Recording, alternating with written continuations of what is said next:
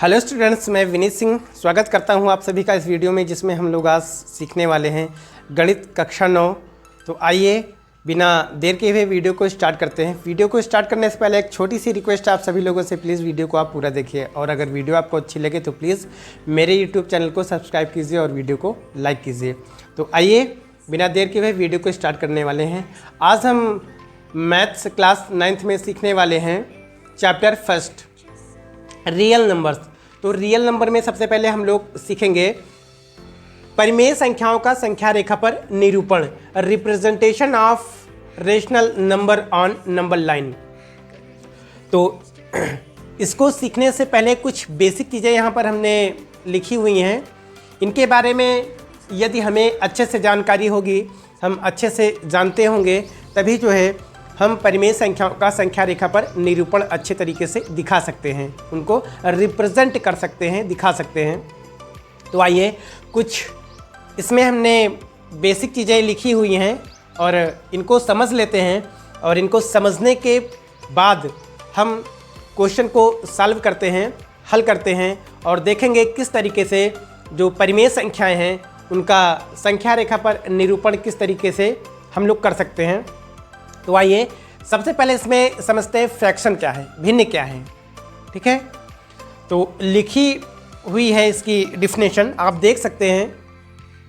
जब कोई संख्या अंश तथा हर में लिखी हो और दोनों धनात्मक हों, अर्थात पॉजिटिव दोनों हों, तो उसे भिन्न कहते हैं, फ्रैक्शन कहते हैं। जैसे 5/7, 8/9 आदि आप और भी लिख सकते हो, जिसमें ये आपका 5 अंश है और ये नीचे जो 7 लिखा हुआ है ये हर है। 8 आपका अंश है और ये नीचे जो लिखा हुआ है 9 ये आपका हर है। अंश को हम बोलते हैं न्यूमरेटर और हर को बोलते हैं हम डिनोमिनेटर। चलिए अब आइए टाइप ऑफ फ्रैक्शंस, यहाँ पर फ्रैक्शंस होगा। ठीक है, टाइप ऑफ फ्रैक्शंस। तो हम भिन्नों के प्रकार में पढ़ते हैं। यहाँ पर हमने 3 प्रकार की भिन्नें लिखी हुई हैं, और भी होती हैं, लेकिन हमें ज़रूरत सिर्फ यहाँ पर 3 प्रकार की भिन्नों की है। तो इसलिए मैंने 3 टाइप जो फ्रैक्शन है यहाँ पर 3 तरीके की भिन्न को लिखी हुई है। और इसमें पहला है प्रॉपर फ्रैक्शन, जिसे हम समभिन्न बोलते हैं। तो प्रॉपर फ्रैक्शन क्या होता है, आइए हम समझते हैं। समभिन्न क्या होती है? ऐसी भिन्न जो a/b के रूप में लिखी हो, जहाँ b is not equal to 0, मतलब कि b बराबर 0 नहीं होना चाहिए, b बराबर 0 नहीं होना चाहिए, और a क्या हो, बड़ा हो, सॉरी a छोटा हो और b जो है बड़ा हो। जैसे आपका 5/7, 8/9, 11/15 आदि और भी लिख सकते हो। तो इसमें आप लोग देख सकते हैं जो अंश है, जो न्यूमरेटर है, वो डिनोमिनेटर से बड़ा है, वो मतलब हर से क्या है, बड़ा है। तो ऐसी भिन्न जिनका अंश छोटा हो और हर बड़ा हो, वो हमारी प्रॉपर फ्रैक्शन होती हैं, अर्थात समभिन्न होती हैं। बात करते हैं इम्प्रॉपर फ्रैक्शन की, विषम भिन्न की। तो ऐसी भिन्न जस्ट इसी का उल्टा, ऐसी भिन्न जहाँ हर छोटा हो और अंश बड़ा हो, अर्थात a आपका बड़ा होगा और b क्या होगा, आपका छोटा होगा। तो ऐसी भिन्न जहाँ जिसका अंश बड़ा हो और हर छोटा हो, वो हमारी इम्प्रॉपर फ्रैक्शन कहलाती हैं। आप देख सकते हैं a आपका ये बड़ा है और b क्या है, आपका छोटा है। जैसे 7/5, 9/4, 15/12, 15/12। अब आप देख सकते हैं इसमें अंश जो है हर से बड़ा है। तो ऐसी भिन्न को हम इम्प्रॉपर फ्रैक्शन अर्थात विषम भिन्न कहते हैं। आइए बात करते हैं मिक्स्ड फ्रैक्शन की, मिश्रित भिन्न की। तो मिश्र भिन्न वह भिन्न है जिसमें अंश और हर के साथ एक पूर्णांक संख्या भी होती है। जैसे 5 सही 7/8, 2 सही 1/3। देखिए ये इसमें 1/3 एक फ्रैक्शन है, और ये 2 जो है आपका एक होल नंबर है, अर्थात पूर्णांक संख्या है। इसी तरीके से 5 होल 7/8, 7/8 आपकी एक फ्रैक्शन है, और जो ये 5 है, 5 आपकी एक होल नंबर है।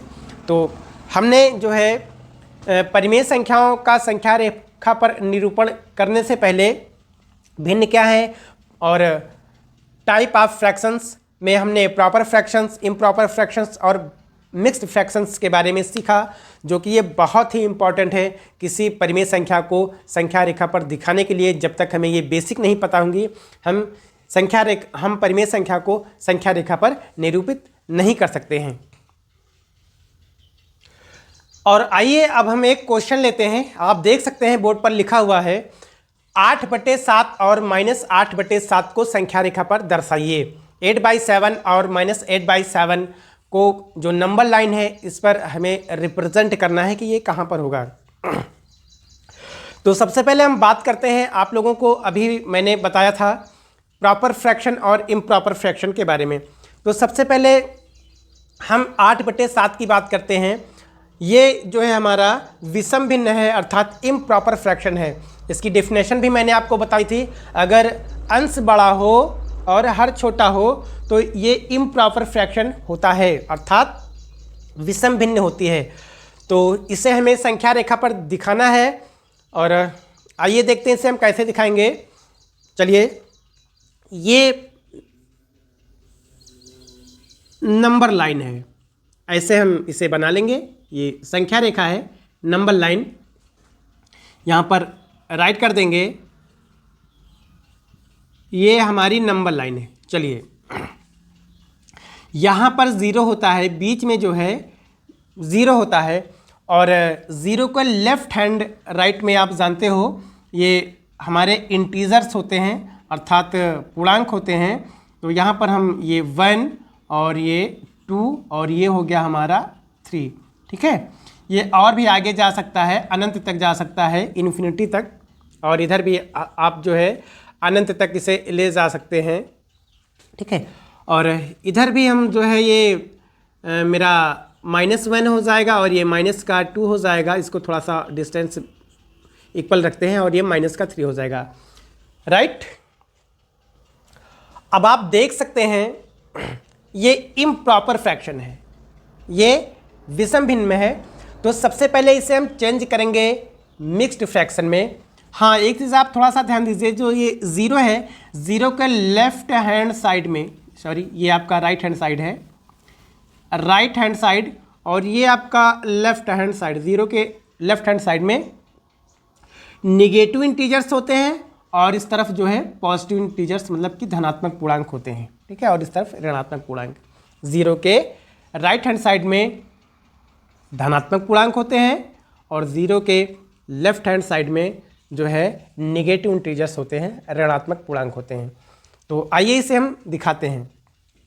8/7 है, तो सबसे पहले इसे हम चेंज करेंगे, इसे बदलेंगे मिक्स्ड फ्रैक्शन में। अब मिक्स्ड फ्रैक्शन क्या होता है, आप लोगों ने समझा है कि ऐसी भिन्न जिसमें भिन्न हो और उसके साथ साथ एक पूर्णांक भी हो, ठीक है।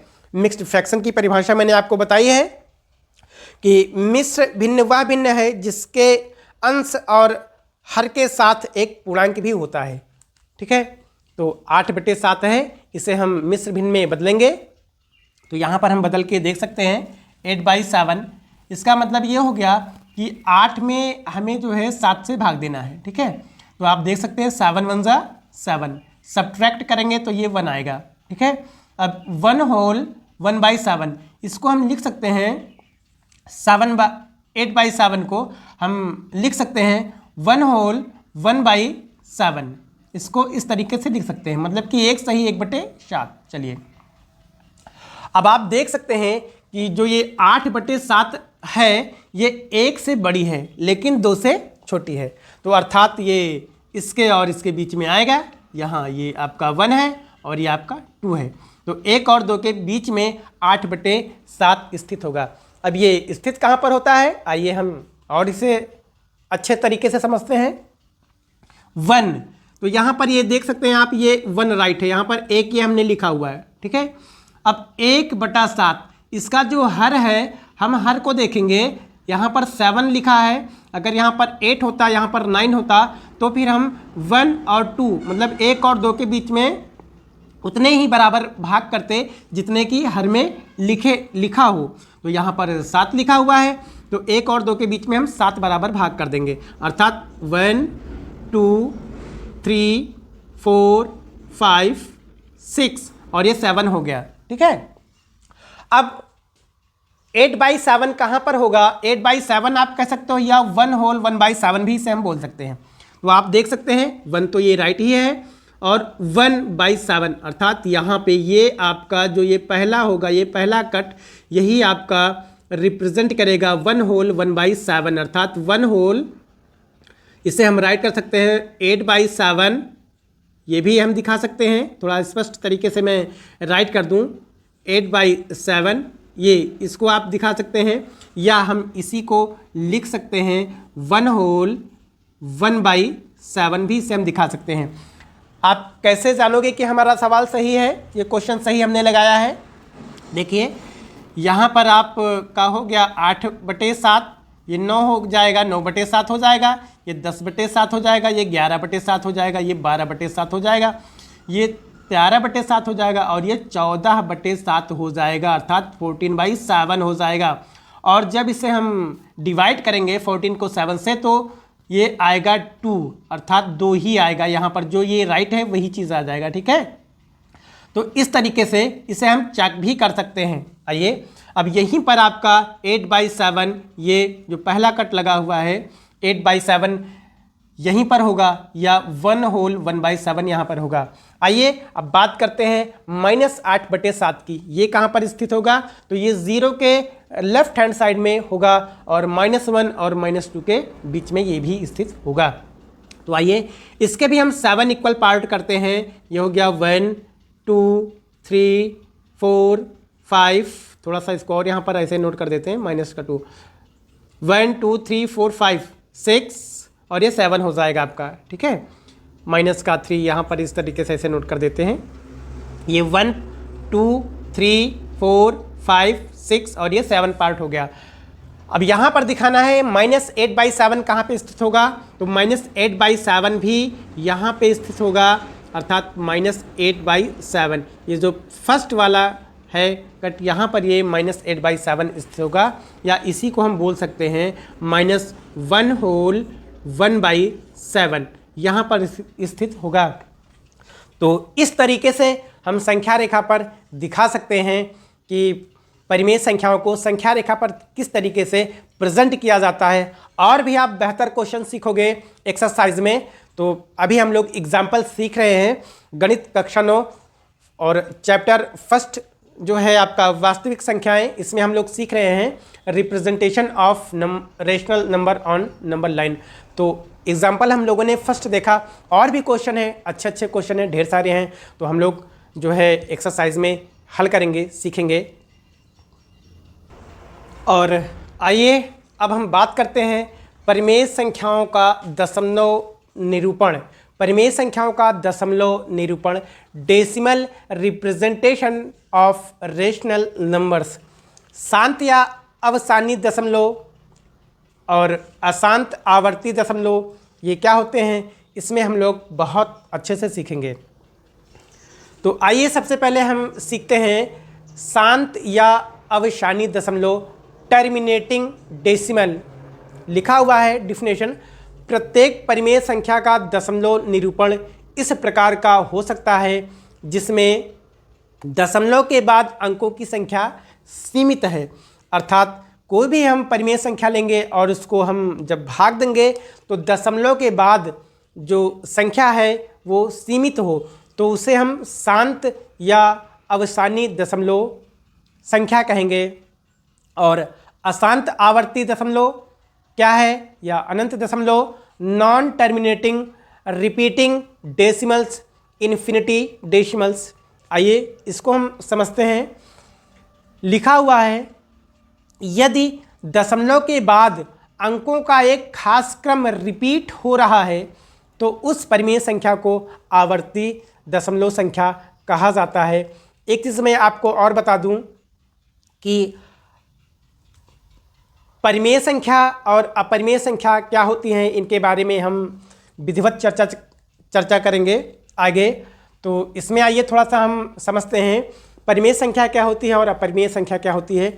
यदि दशमलव के बाद अंकों का एक खास क्रम रिपीट हो रहा है तो वो संख्या हमारी परिमेय संख्या होगी और दशमलव के बाद अंकों का खास क्रम एक रिपीट नहीं हो रहा है, अर्थात अंक एक खास क्रम में नहीं आ रहे हैं, तो ऐसी संख्या हमारी अपरिमेय संख्या कही जाएगी। और इसको हम नेक्स्ट उसमें वीडियो में बहुत अच्छे से सीखेंगे। अभी फ़िलहाल हम यहाँ पर सीख रहे हैं शांत या अवसानी दशमलव और अशांत आवर्ती दशमलव ये क्या होते हैं। तो आइए इसे हम अच्छे से समझते हैं एक एग्जाम्पल लेकर के। एक एग्जाम्पल यहाँ पर है, पहला लिखा हुआ है 3/4, ठीक, 3/4। आपको ये बताना है कि ये शांत या अवसानी दशमलव है या फिर अशांत आवर्ती दशमलव है। तो आइए इसे हम हल करते हैं और भाग दे करके इसे हम समझते हैं। यदि दशमलव के बाद परिमेय, ये जो परिमेय संख्या लिखी हुई है, इसका दशमलव निरूपण अगर शांत हो जाता है तब फिर इसे हम शांत या अवसानी दशमलव संख्या बोलेंगे। तो आइए यहाँ पर ये 3 में जो है 4 से हम भाग देते हैं। आप देख सकते हैं ये 3 जो है छोटा है और 4 बड़ा है, भाग नहीं जा रहा है। यहाँ पर हम क्या करेंगे, 0 बढ़ा करके और दशमलव लगाएंगे, यहाँ पर एक हम 0 बढ़ा देंगे, ठीक है। अब आप देखिए 4 का पहाड़ा आप ऐसा पढ़िए कि 30 से ज़्यादा ना हो, तो ये 7 टाइम जाएगा, 4 सत्ते 28। अब इसे हम सब्ट्रैक्ट करेंगे, घटाएंगे, तो यहाँ पर 0 है, 0 से 8 हमें सब्ट्रैक्ट करना है, कैरी आया 10, 10 से 8 को हम सब्ट्रैक्ट करेंगे तो ये आ जाएगा आपका 2, और इधर 2 से 2 कैंसिल आउट हो गया। अब यहाँ पर हम 0 बढ़ाएंगे, ठीक है। अब आप देख सकते हैं 4 का पहाड़ा पढ़िए कि 20 से ज़्यादा ना हो, तो 4 पंचे 20, ठीक है।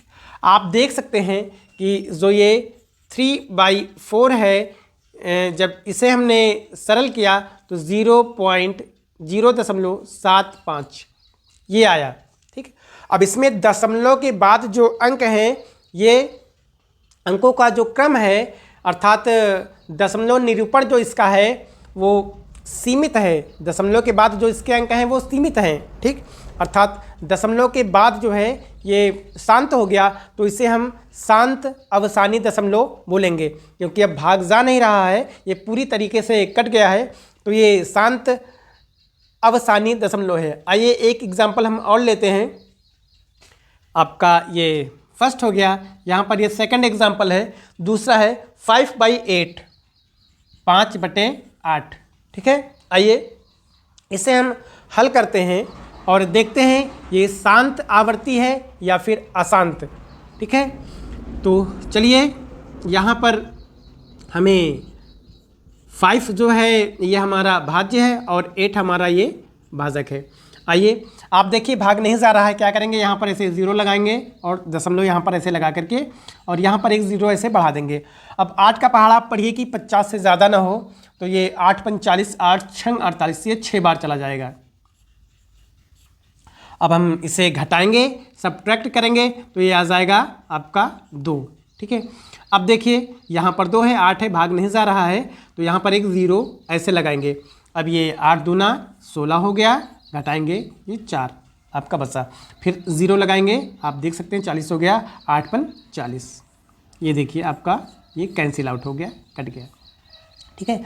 तो 5/8 का जो दशमलव निरूपण है, जो इसका दशमलव निरूपण है वो 0.625 ये आया है, ठीक।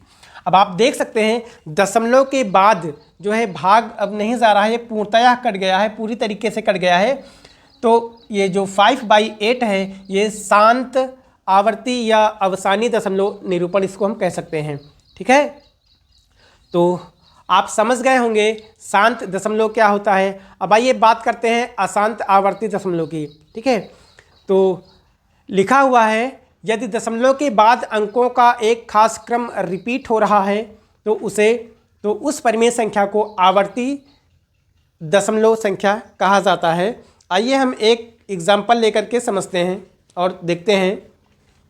लिखा हुआ है निम्नलिखित संख्याओं का दशमलव रूप में व्यक्त कीजिए। निम्नलिखित संख्याओं को दशमलव रूप में हमें व्यक्त करना है। इसे हम इरेज कर दे रहे हैं, इसे हम मिटा दे रहे हैं।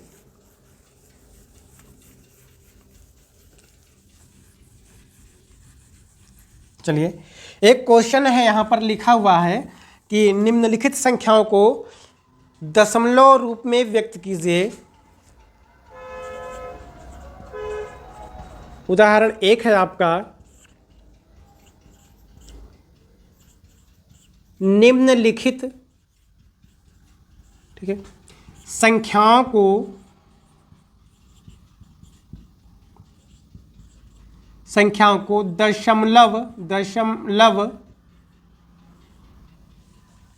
दशमलव रूप में व्यक्त कीजिए।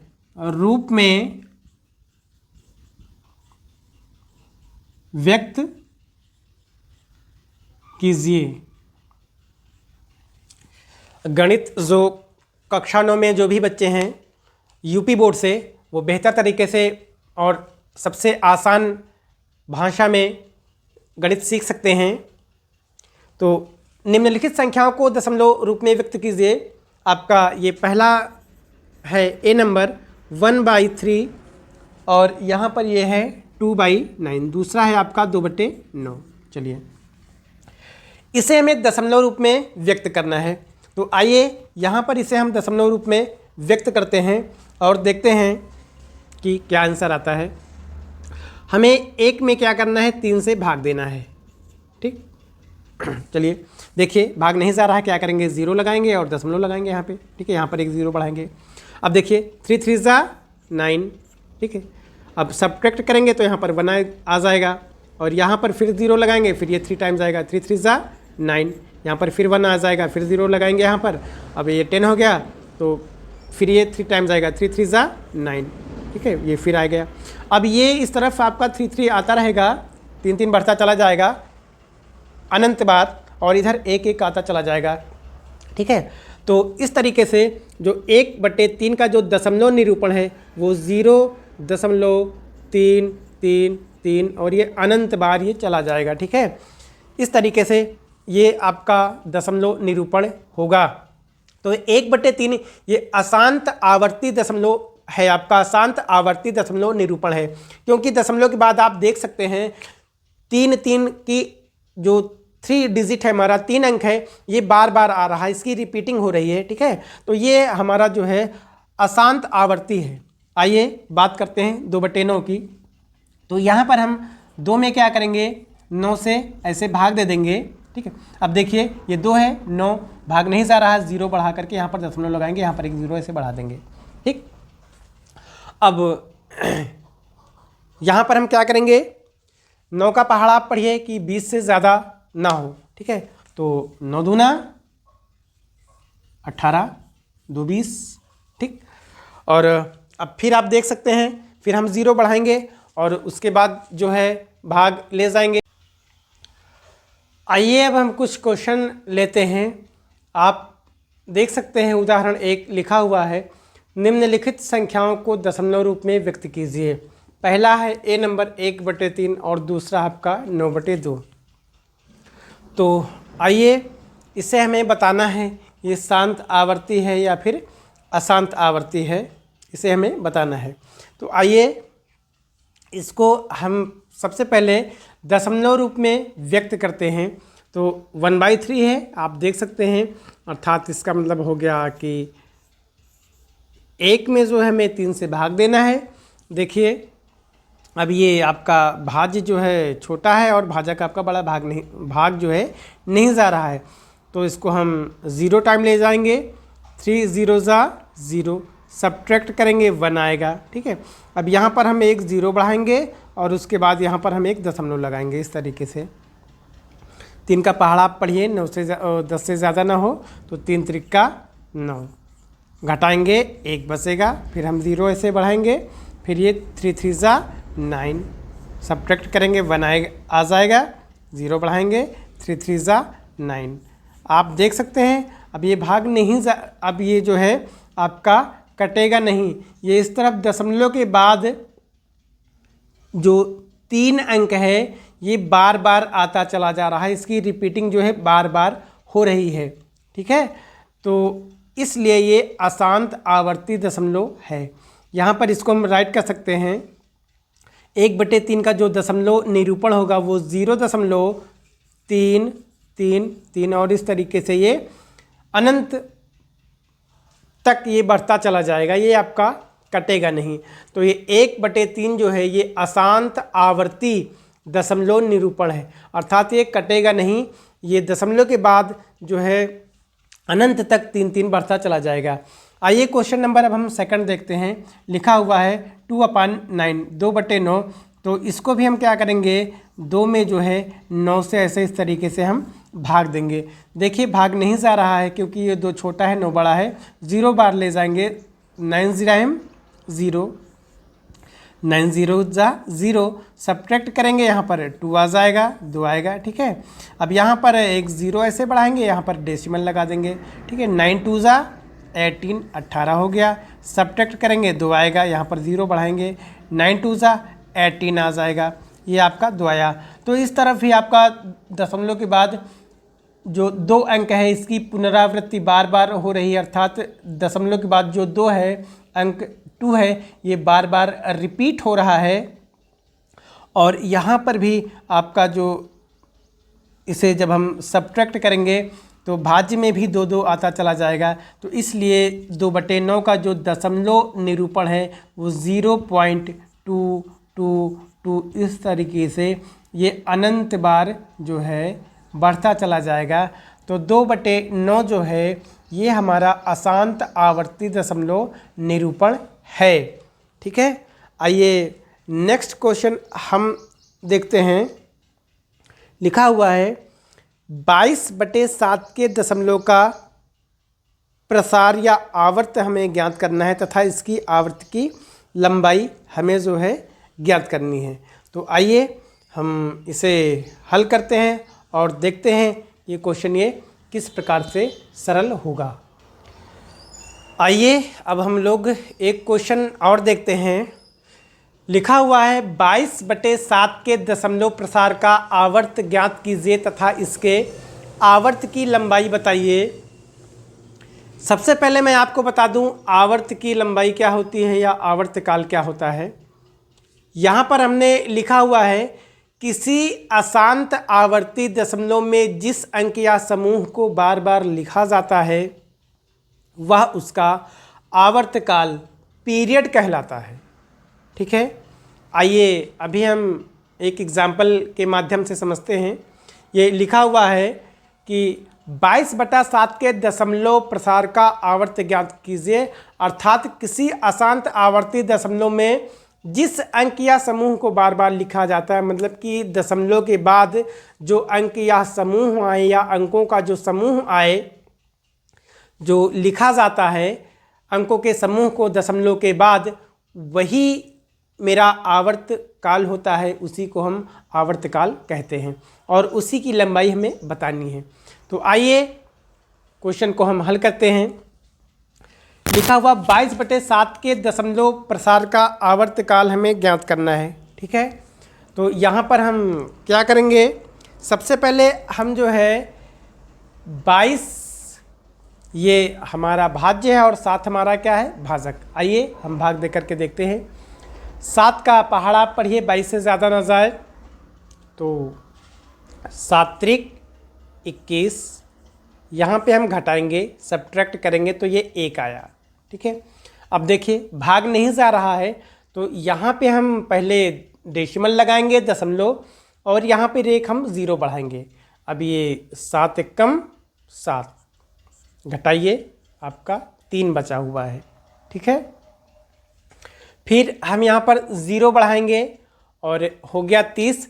7 का पहाड़ा आप पढ़िए 30 से ज़्यादा न जाए, तो 7 चौक 28, ये 4 है, आप ध्यान देना थोड़ा सा। 7 चौक 28, घटाएंगे 2 30 हुआ, 0 बढ़ाएंगे हो गया 20। अब 7 का पहाड़ा आप पढ़िए 20 से ज़्यादा ना जाए, तो 7 दूना 14, घटाएंगे 6 आपका बचा, ठीक है। 0 लगाएंगे यहाँ पर, हो गया 60। अब भी भाग नहीं जा रहा है तो आप 7 का पहाड़ा पढ़िए कि 60 से ज़्यादा ना जाए, तो 7 8 56, घटाएंगे तो आपका 4 आ जाएगा। ज़ीरो यहाँ पर फिर लगाएंगे, हो गया 40। 7 का पहाड़ा पढ़िए 40 से ज़्यादा ना जाए, तो 7 पचे 35, घटाएंगे 35 और ये 5 40। ठीक है, भाग थोड़ा सा लंबा हो जाएगा, लेकिन आइए इसे हम हल करते हैं। ज़ीरो लगाएंगे, ठीक है, अब हो गया 50, 7 सता 49, ठीक, घटाएंगे 1 50, ठीक। अब क्या हो गया, फिर यहाँ पर हम एक ज़ीरो बढ़ाएंगे, हो गया 10, 7 एकम 7, ठीक है। यहाँ पर मैंने थोड़ा सा कामा लगा दिया है, क्योंकि इसके बाद जो अंक रिपीट होंगे वो फिर आपका 1 4 2 8 5 7 ये फिर रिपीट हो जाएगा, क्योंकि यहाँ पर देखिए एक बचा हुआ था, ज़ीरो लगाया था, 10 हो गया था, यहाँ पर 10 की प्राप्ति हमें हो गई है। तो 7 एकम 7 हो गया, घटाएंगे क्या बचेगा, 3 बचेगा, ज़ीरो लगाया, 7 चौक 28, ठीक है, 2 30, फिर 7 दूना 14, ठीक है। तो इस तरीके से आप देख रहे हैं कि 142, ठीक, 142। अब इधर भी आपका 857 आता चला जाएगा।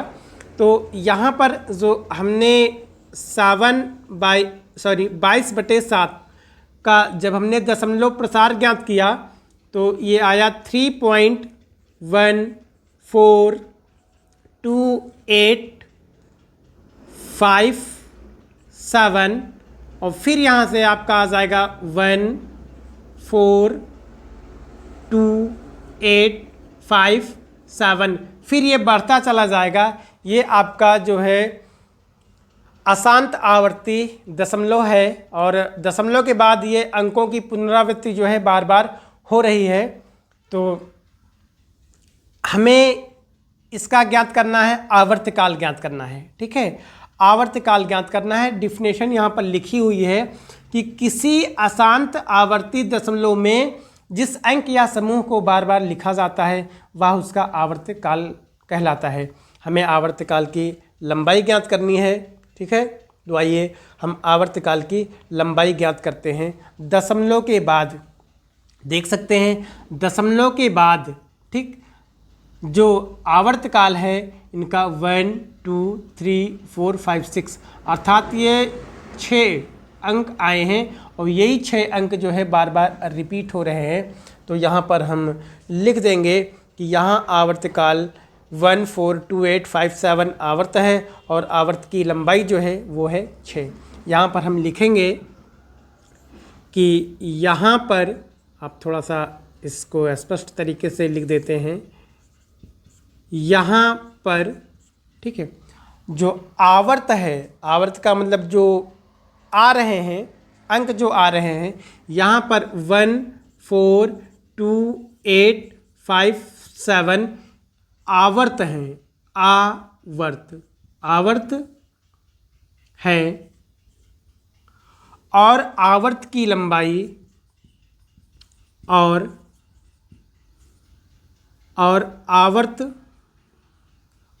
आवर्त की जो लंबाई है वो क्या है, 6 है। देखिए 1 2 3 4 5 6, ठीक है, ये 6 डिजिट हैं जो कि दशमलव के बाद बार बार आ रहे हैं। चलिए, ठीक है, और नेक्स्ट क्वेश्चन है, आइए अब हम लोग सीखते हैं। इसे हम मिटा दे रहे हैं, इरेज कर दे रहे हैं। आप लोग अच्छे से इसे लगा लेना। अब इसे हम इरेज कर दे रहे हैं, मिटा दे रहे हैं, और अगले क्वेश्चन पर ध्यान देते हैं। अगला क्वेश्चन है -16/45 का दशमलव प्रसार ज्ञात कीजिए। आइए हम ज्ञात करते हैं -16/45 का दशमलव प्रसार। इसे भी हम मिटा देते हैं।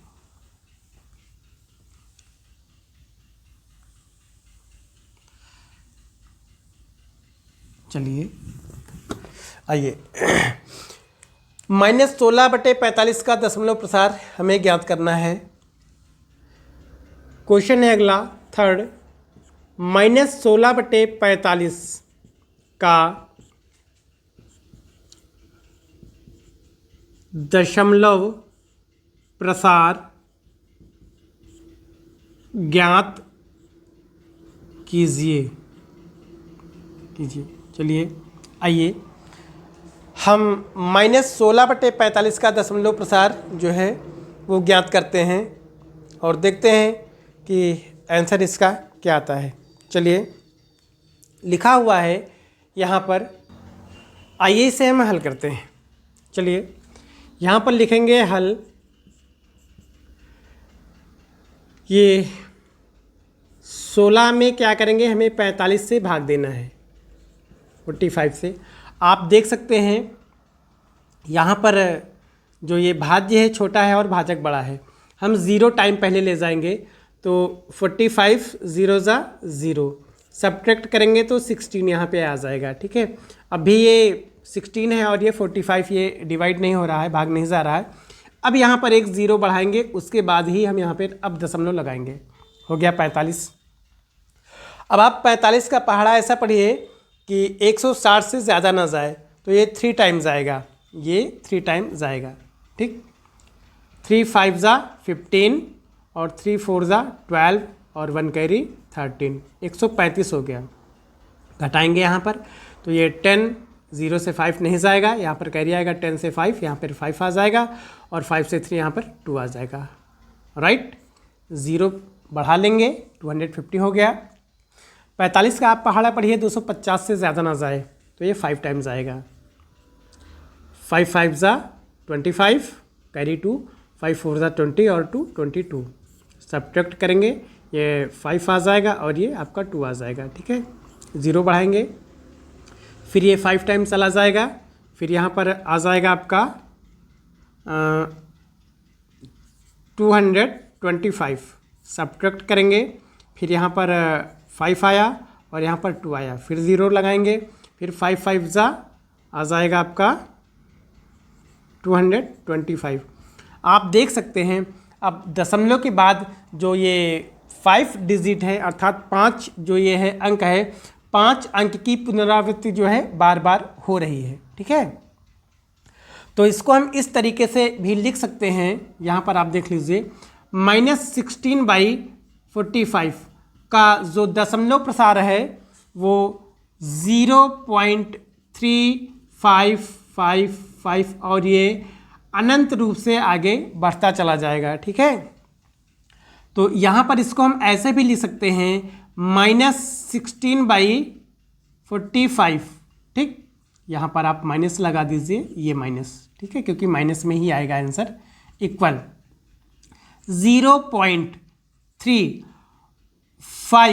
और 5 के ऊपर ये ऐसे बार का निशान लगा दीजिए। ठीक है, इसका मतलब ये हो गया कि जो अंक 5 है इसकी पुनरावृत्ति बार बार हो रही है।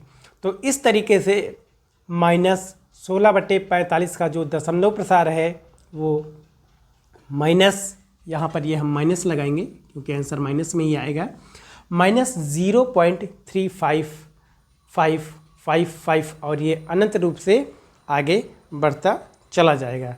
आइए अब हम लोग नेक्स्ट क्वेश्चन की ओर